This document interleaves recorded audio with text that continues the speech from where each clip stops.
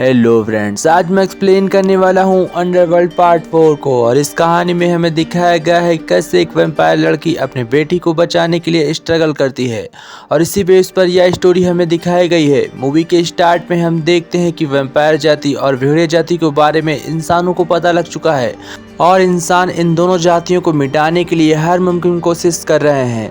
तभी हम देखते हैं शुरुआत में ही हमें दिखाया जाता है कि माइकल एक बंदरगाह पर होता है और वह सेलन के साथ इस देश को छोड़कर हमेशा के लिए जाने वाला होता है। लेकिन तभी वहां पर आर्मी आ जाती है और वह सेलन को मारने ही वाले होते हैं कि सेलन अपनी काबिलियत के दम पर वहां से बचकर निकलती है। लेकिन हम देखते हैं कि बंदरगाह पर माइकल के पीछे भी आर्मी पड़ जाती है और माइकल को इस बात का अंदाजा नहीं होता है। आर्मी फायर करती है और माइकल को बहुत सारी गोलियां लग जाती हैं, इसलिए वह जाकर पानी में गिर जाता है और बेहोश हो जाता है। वह पानी में बहुत देर तक पड़ा रहता है। यह देखकर सेलन उसे बचाने के लिए जाती है, लेकिन तभी आर्मी पानी के अंदर बॉम्ब फेंकती है जिसकी वजह से दोनों बेहोश हो जाते हैं। उसके बाद दोनों को पकड़कर ले जाकर एक बॉक्स के अंदर बंद कर दिया जाता है और उन्हें एक लैब में रखा जाता है।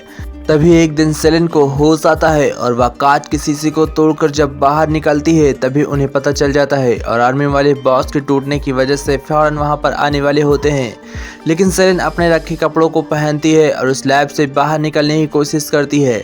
सभी उसे सीसीटीवी कैमरे में देख रहे होते हैं क्योंकि सेलन काफ़ी सालों से इस लैब के अंदर थी और उसे लग रहा था अभी तो कल ही हुआ है, इसलिए वह जल्द से जल्द माइकल को ढूंढकर उससे मिलना चाहती है। लेकिन माइकल का कहीं भी पता नहीं होता है।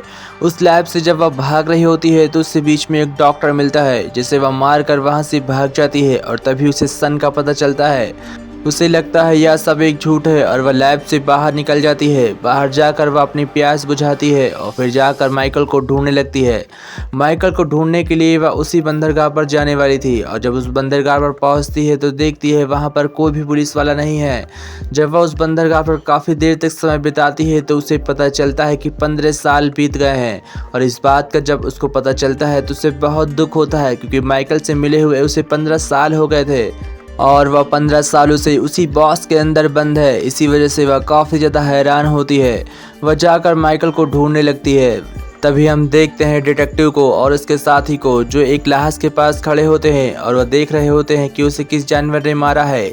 उसे इंसानी भेड़ियों ने मारा होता है और इस बात का जेकब को अच्छे से पता होता है। जेकब सेलन का वही डॉक्टर है जिसने सेलन को 15 साल तक एक बॉक्स के अंदर कैद रखा था।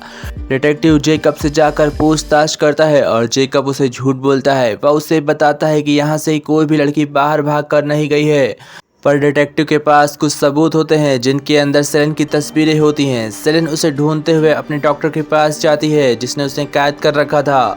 वह उससे माइकल के बारे में पूछती है पर उसे माइकल के बारे में कुछ भी पता नहीं होता है। इस बात से सेलन और ज़्यादा गुस्सा हो जाती है। अब वह माइकल को ढूंढने के लिए कुछ भी करने वाली थी। तभी वह रात में माइकल को ढूंढने के लिए निकलती है और उसके पीछे भेड़िया पड़ जाते हैं जहाँ पर हम देखते हैं डेविड को।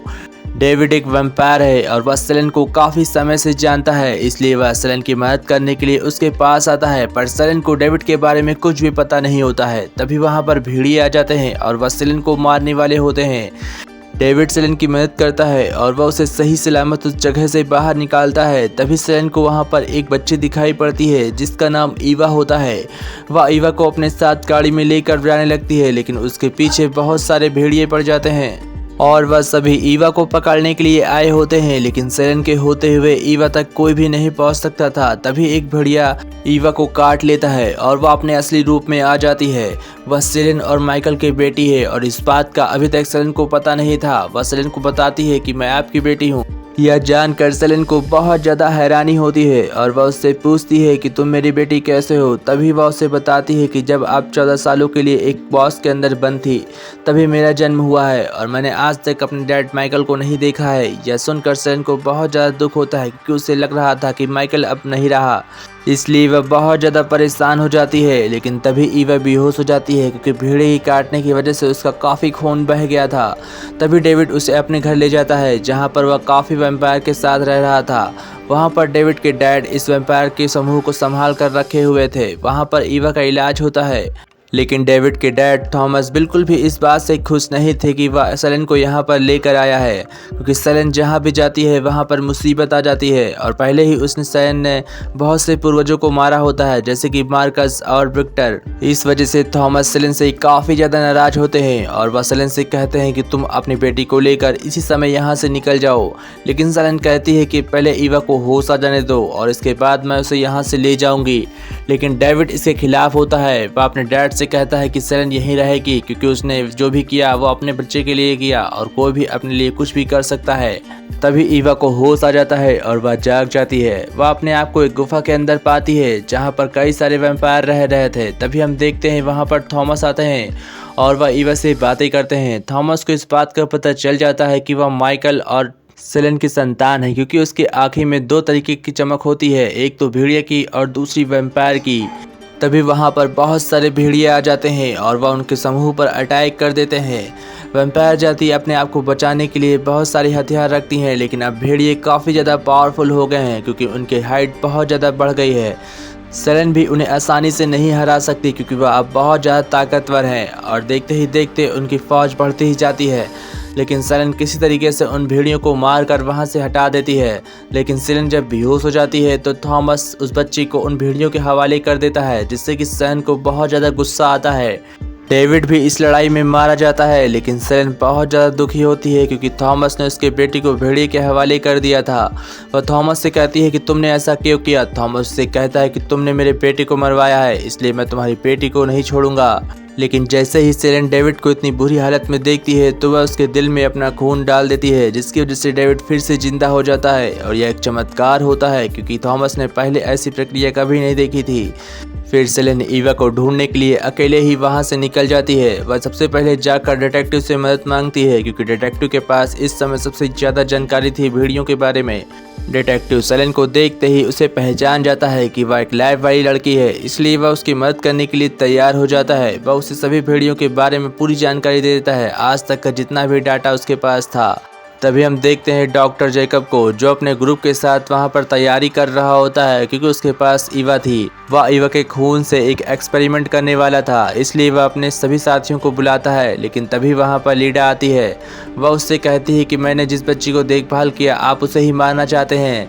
तभी हम देखते हैं कि वहाँ पर वो सभी अपने असली रूप में आ जाते हैं और लीडा देखती है कि वो सभी कोई इंसान नहीं बल्कि भेड़िया हैं जो इंसानों का रूप लेकर उनके ही बीच रह रहे हैं। तभी जेकब अपने बेटे क्वाइंट के अंदर ईवा का खून डालता है। जैसे ही क्वाइंट के अंदर ईवा का खून जाता है तो उसकी ताकत और ज़्यादा बढ़ने लगती है और वह काफ़ी ज़्यादा पावरफुल हो जाता है। ईवा को एक लैब के अंदर बंद करके रखा जाता है और उसे बेहोशी का इंजेक्शन दे देते हैं ताकि उसे होश ना आए। सेलेन ईवा को बचाने के लिए डिटेक्टिव के साथ उस ठिकाने पर जाने वाली थी और उनके पास एक बेहतर प्लान होता है। वह उस ठिकाने पर पहुंचकर बाहर से सभी लोग घेर लेते हैं और सेलेन अंदर अकेले ही जाने वाली थी। जब सेलेन अंदर जा रही होती है तो सेलेन को देखकर सभी वहां के आर्मी वाले उस पर अटैक कर देते हैं, लेकिन सेलेन किसी से नहीं डरती। वह सभी का खात्मा करते हुए लगातार अंदर बढ़ती रहती है। वह उस ठिकाने पर पहुंच जाती है जहां पर ईवा बंद होती है और जैसे ही उसके हाथ ईवा लगती है सभी लोग काफ़ी ज़्यादा अलर्ट हो जाते हैं। और तभी वहाँ पर क्वाइंट आता है। क्वाइंट अब काफ़ी ज़्यादा पावरफुल हो गया है क्योंकि उसके अंदर बहुत सारा ईवा का खून गुजरा चुका है। तभी क्वाइंट अपने और ज़्यादा आदमी को सेलेन को मारने के लिए भेजता है, लेकिन सेलेन के पास काफ़ी ज़्यादा हथियार होते हैं जिनकी मदद से वह उन सभी को मार देती है। और भेड़िए ईवा को ले जाकर एक वैन के अंदर रख देते हैं और उसे ले जाकर वहां से निकलने वाले होते हैं। लेकिन तभी सेलेन को माइकल मिलता है जो एक बॉक्स के अंदर बंद होता है। वह माइकल को देखकर उसके बॉक्स तोड़ देती है और जाकर क्वाइंट से फाइट करने लगती है। क्वाइंट और सेलेन के बीच काफ़ी ज़्यादा फाइट होती है जहाँ पर हम देखते हैं कि क्वाइंट सेलेन को आसानी से हराने वाला होता है, लेकिन सेलेन बिल्डिंग से कूदकर कहीं पर छिप जाती है और जेकब ईवा को पकड़कर कहीं पर लेकर जा रहा होता है। तभी फिर से सेलेन और क्वाइंट आमने सामने होते हैं, लेकिन सेलेन के पास इस बार काफ़ी टेक्नोलॉजी होती है जिसकी वजह से वह क्वाइंट को मारने वाली होती है। लेकिन क्वाइंट को मारना इतना ज़्यादा आसान नहीं होता है। जब क्वाइंट जब सेलेन को मारने वाला होता है कि वहाँ पर डेविड आ जाता है क्योंकि डेविड अब जिंदा हो गया था। फिर ईवा भी अपने फॉर्म में आ जाती है और ईवा भी सभी भेड़ियों से मिलकर लड़ने लगती है। अब डेविड और ईवा मिलकर सभी भेड़ियों का सामना करते हैं। इस वजह से अब उसके पास कोई भी रास्ता नहीं होता है कि क्वाइंट यहाँ से भाग सके, इसलिए वह सेलेन के आमने सामने आकर निहत्था फाइट करने लगता है और इसका फ़ायदा उठाकर ईवा और सेलेन मिलकर उस भेड़ी को आसानी से मार देते हैं। फिर वह जायंट को पकड़ लेती है और सेलेन उसके पेट में एक बॉम्ब रख देती है और फिर वह ब्लास्ट हो जाता है। लेकिन उसकी बॉडी इतनी ज़्यादा स्ट्रांग होती है कि वह बम को भी सर्वाइव कर लेता है, लेकिन बम में चांदी होती है जिसकी वजह से वह धीमे धीमे कर मर जाता है और सेलेन और डिटेक्टिव और डेविड वहां से सही सलामत बाहर निकल पड़ते हैं। लेकिन लास्ट में हम देखते हैं कि माइकल जिंदा है और इसी के साथ यह पार्ट एंड होता है।